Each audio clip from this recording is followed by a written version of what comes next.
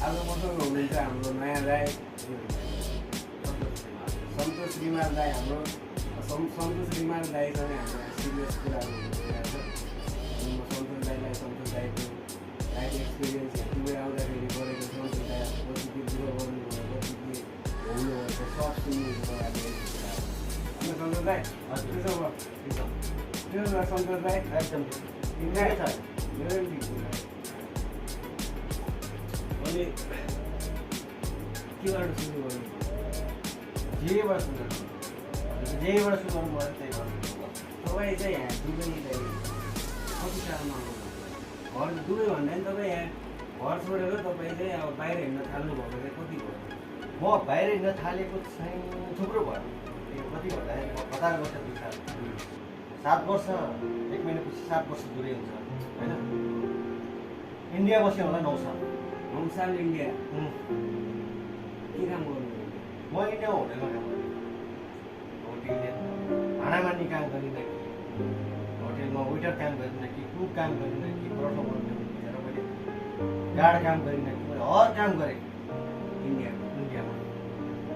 त्यसपछि तपाईँ इन्डियाभन्दा अब प्लेन चढ्नुभएको 3 दिन पहिलो टाइम पहिलोचोटि प्लेन चढ्दाखेरि कस्तो अनुभव भयो मलाई। चाहिँ म जब कतार गएको थिएँ पहिलोचोटि प्लेन चढ्दाखेरि होइन। जब म कतार चढ्दाखेरि कतार अब उठेर के भयो भन्दाखेरि काठमाडौँमा वेटिङमा पऱ्यो। पानी परेर हावाहुरी आएर प्लेन 1 दिनको लागि रोकियो।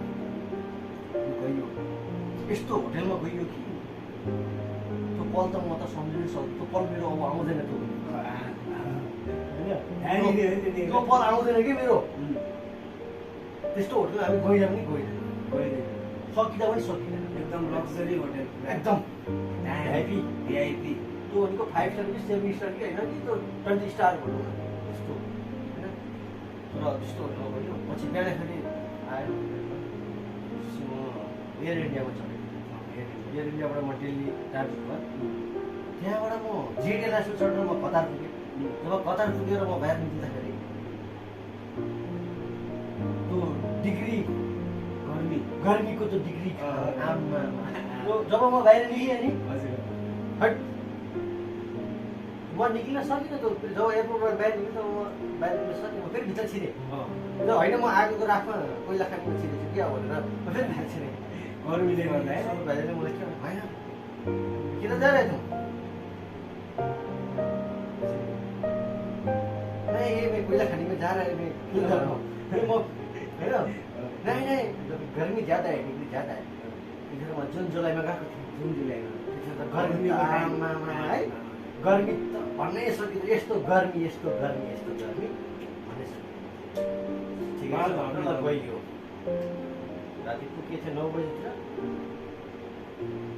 अनि गइयो। हामी 3 जना साथी भएर गएका थियौँ। अनि 3 जना थियो। एउटा दाइ अर्को दाइ गइयो। ठिकै भयो। 3 जनालाई सँगै काममा लाग्यो।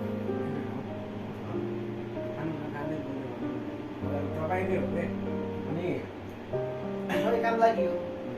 लागेपछि एउटा साथी चाहिँ होटेलमा कहिले पनि काम नगरेको ऊ चाहिँ चेन्ज भयो एक हप्तामा। तपाईँ होटेलमै गएको होटेलमै भनेर गएको।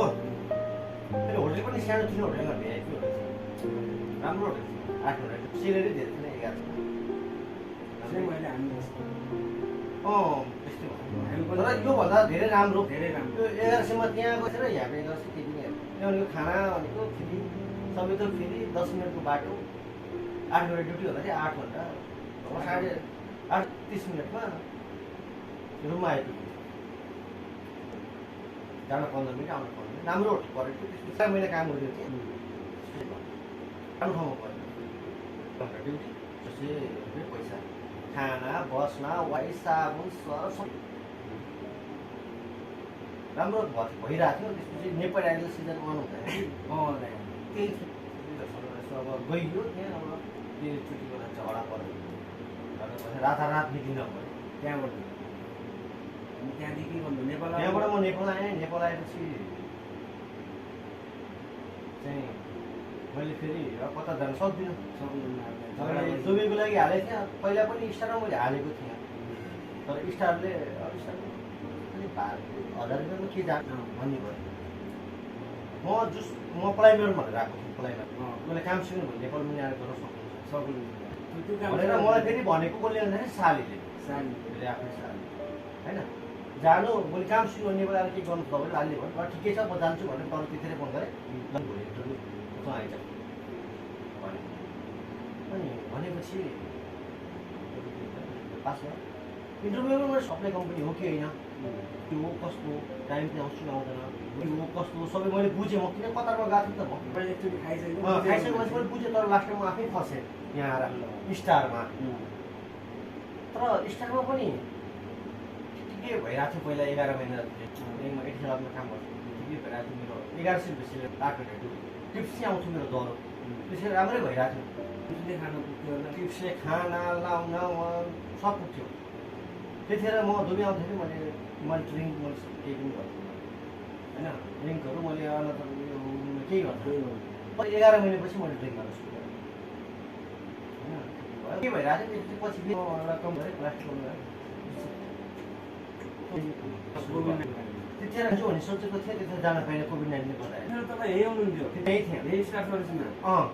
त्योभन्दा अगाडि पनि जहाँ सोचेर मैले हामीले पे भएको थिएन साथीले त्यतिखेर आउनु पाइन्थेन नेपालमा गएर किन खर्च मात्र पैसा हुन्छ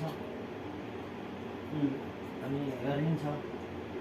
त्यतिखेर मैले फेरि घर पनि बनाउनु गएको, घर पनि बनिरहेको, घर गएर काम छैन, घर पनि बनिरहेको। त्यसपछि म गइनँ। म फेरि त्यसपछि 1 सालपछि जाने भन्ने सोचेको थिएँ, ठ्याक्कै म स्टप भयो मेरो ड्युटी होइन। ड्युटी स्टप भएपछि म चाहिँ ठ्याक्कै 2 महिना बस्छु। त्यसपछि मेरो फ्यामिली यताउता भयो कि त्यहाँबाट मेरो फ्यामिली यता भयो। एउटा बाबु छ, अहिले मेरो बाबु छ 10 सालको पुरा भयो, 10 सालको लागि बाबु छ। अहिले भिडियो कल पनि बोलेको थिएँ नि म, बाबु 10 सालको यताउता भएको छ। अब मैले केही गर्दैछु यहाँ।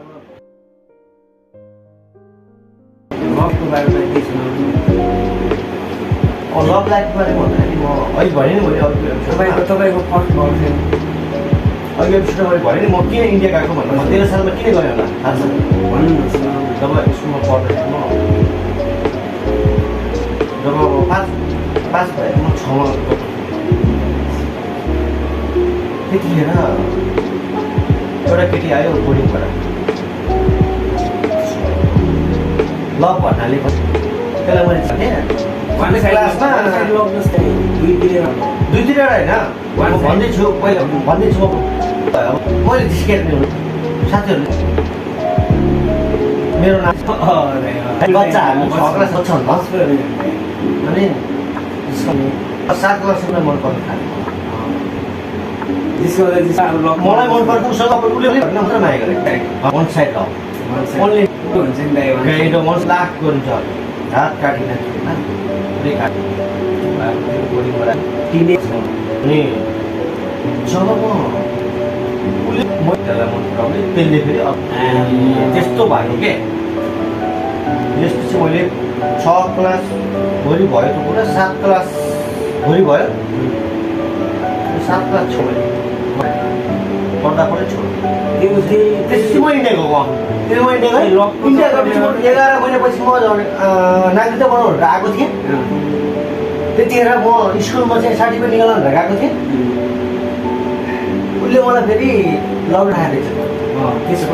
त्यसपछि मैले उसले लभ लेखेको मुनिपट्टि मैले आई हेट यु किन जब चाहिने उसले हेरेर नि त मलाई नचाहिने उसले हेर्छु म के गर्छु खतरा पालेको होइन त्यस्तै भयो। अनि फेरि त्यसपछि नागरिकता जब भूकम्प आयो नि ठ्याक्कै भूकम्प पनि आउनु त्यहाँभन्दा 2 दिन अगाडि आएको म नेपाल कसैसँग होइन यसो बसमा तास खेल्नु बसेको छुवा हल्लाउँछ खेल्न पाएनन् भनेर हल्ला गरेर राखेँ उसले पाएको त्यतिले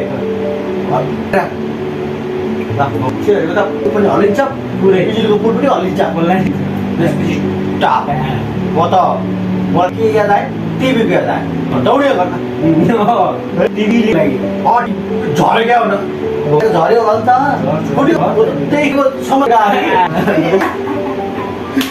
म त्यसपछि के भयो भोलिपल्ट अर्को दिन अनि मेरो एउटा साथी थियो गाउँको एउटा साथीले के भन्यो सन्तोष सङ्गीताको घर जाँदा दामी केटी आयो कपाल या लामो होइन त्यो त केही पनि नि यो कपाल त त्यो बेलामा त्यो बेलाको होइन आमा खल्टीमा इन्डियाबाट पैसा कोटीमा इन्डियाबाट भर्खर आएको हिरो